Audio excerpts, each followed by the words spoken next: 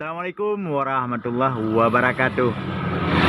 Rekan Bandung, pengunjung channel YouTube Ranpase ataupun yang teman-teman dari TikTokers, support uronyo lunjak balo saboh lokasi yang sangat bersejarah bagi lung ya, lung zoom becut. Pada itu mete kira-kira antara bau dua baknyo dengan posisi lung pindah jalan. Jadi di sini ni bak tahun 2000 besa bena salah lu ataupun menjelang 2002 besa. Di sini pernah terjadi sebuah peristiwa yang sangat bersejarah bagi lun pribadi karena masanya mentang muda adat, mentang umur sekitar 21 atau 22 lah katanya.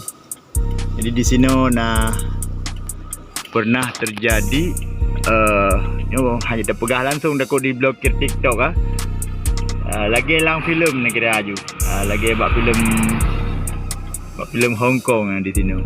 Kamu babak U2 baknya sekitar jumlah personil sekitar ya 10 ro. Di sini babak U-nya. Yang masanya dengan kami dulu lang belangnya. Di lokasi di Nisa rekan-rekan. Mungkin rekan-rekan yang di sini masanya yang kahanali Dapur lain mantau di Bandung karena ada udang sini abak U2 abaknya. Lu yang paling muda ya, jadi yang pindah jalannya ini pindah belang. Yang sejarah. Gimana cara ada pegah teman? Tak pegah masalah peperangan, masalah perang TikTok hanya diblokir.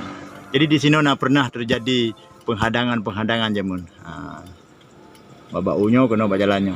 Ino bak jalannya RI, edegam babak U, ino RI. Lagi ya.